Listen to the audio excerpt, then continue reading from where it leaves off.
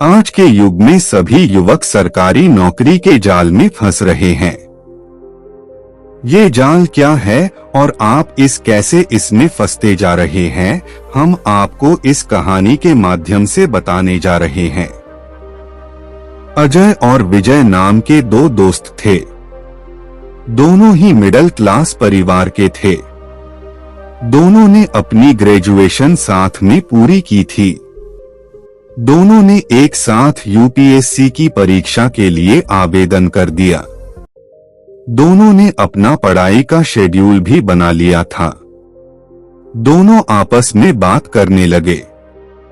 अजय ने कहा, तुम्हें पता है कि अगर हमारी सरकारी नौकरी लग गई तो हमारी कितनी तनख्वाह होगी? विजय ने कहा, हाँ, लाख रुपए तो होगी और लाल बत्ती वाली गाड़ी भी तो मिलेगी।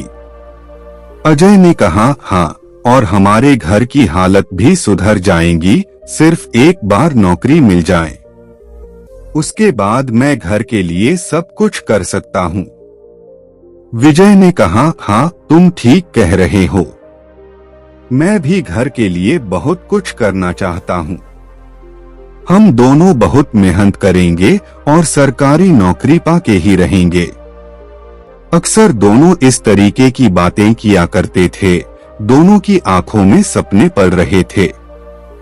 दोनों घंटों घंटों बातें करते रहते और समय समय पर एक दूसरे को जगाते थी कि बातें करने से कुछ नहीं होगा। नौकरी पानी है तो दिन रात पढ़ना होगा, मेहनत करनी होगी। दोनों ने एक साथ अपने अटेम्प्ट दिए पर दोनों में से किसी का भी सिलेक्शन नहीं हुआ। ऐसा करते हुए दोनों को 2 साल बीत गए, लेकिन उनका सिलेक्शन नहीं हुआ। दोनों हताश हो चुके थे।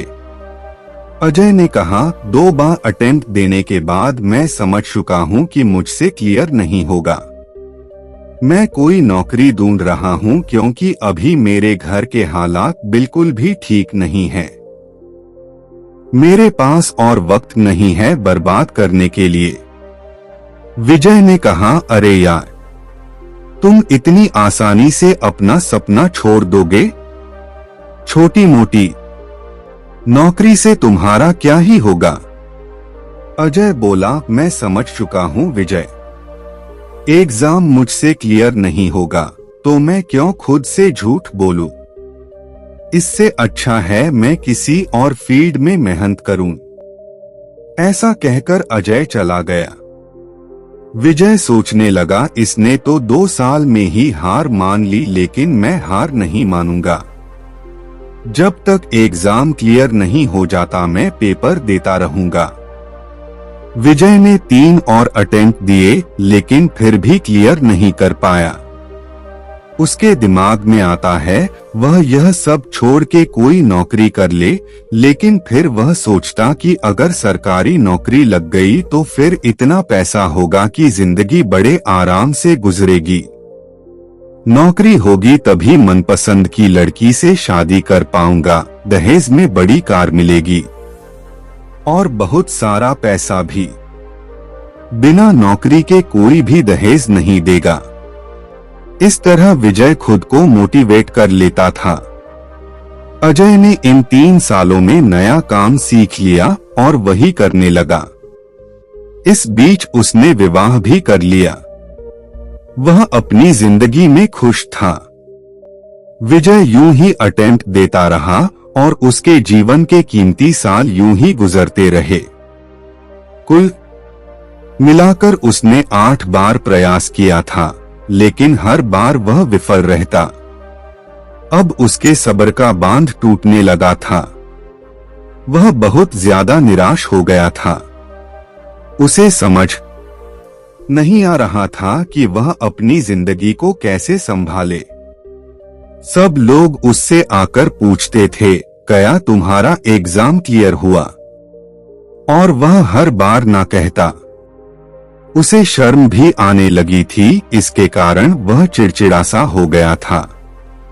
उसके मन में आत्महत्या के विचार आने लगे। ऐसे वक्त पर उसे अपने दोस्त अजय की याद आई।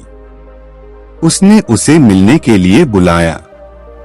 विजय ने कहा, मैं बहुत निराशा महसूस कर रहा हूँ, इसलिए मैंने तुम्हें बुलाया, अपना दिल हल्का करने के लिए। अजय ने कहा, हाँ, दोस्त होते ही किस लिए है। मैं समझ सकता हूँ, यह वक्त तुम्हारे लिए बहुत मुश्किल है। विजय ने कहा, तुमने बिल्कुल ठीक किया, सही टाइम पर तुम समझ गए कि इसमें समय देने से अच्छा है कोई नया काम सीख लो। तुमने दूसरी जगह ट्राई किया और आज तुम अपनी जिंदगी में खुश हो। अजय ने कहा, देखो विजय, मैं भी तुम्हारी तरह सरकारी नौकरी पाना चाहता था, बड़ा आदमी बनना चाहता था, लेकिन वक्त रहते मैं समझ गया। पता नहीं हमारे दिमाग में यह धारणा क्यों है कि अगर हम सरकारी नौकरी करेंगे तभी हम कामयाब कहलाएंगे। मैंने वक्त रहते अपने लिए सही फैसला लिया और तुम भी अब समझ जाओ, इसको छोड़कर किसी और फील्ड में जाओ। विजय ने कहा, तुम ठीक कह रहे हो। मुझ में भी औरों की तरह पैसों का लालच था कि नौकरी होगी तो दहेज मिलेगा, मान सम्मान मिलेगा। मेरी इसी सोच ने आज मेरी जिंदगी को इस मोड़ पर लाकर खड़ा कर दिया है। अजय ने कहा, अभी भी कुछ नहीं बिगड़ा, तुम नई शुरुआत कर सकते हो। इस शुरुआत में मैं भी तुम्हारा साथ दे दूंगा। अजय की बातों का विजय पर काफी कम असर हो पाया और कुछ दिनों बाद विजय ने आत्महत्या कर ली। अजय को जब इस बात का पता चला तो वो काफी दुखी हुआ। विजय नौकरी के जाल से खुद को बाहर नहीं निकाल सका, लेकिन आप अपने आप को इस जाल से बाहर निकाल सकते हो। ये बात आपको समझनी पड़ेगी कि बढ़ती जनसंख्या के कारण सबको नौकरी मिल पाना संभव नहीं है। आपको बैकअप के तौर पर एक स्किल सीखना जरूरी है, ताकि यदि आपको नौकरी भी न मिली तो ये स्किल आपकी पहचान बन सके। नौकरी की तैयारी करना गलत नहीं है, लेकिन जीवन अनमोल है। सिर्फ नौकरी न मिलने की बात पर इसे खत्म न करें। उम्मीद करते हैं आपको हमारी कहानी पसंद आई होगी और काफी कुछ सीखने को मिला होगा। कहानी के बारे में अपने विचार आप हमें नीचे कमेंट बॉक्स में कमेंट करके बता सकते हैं।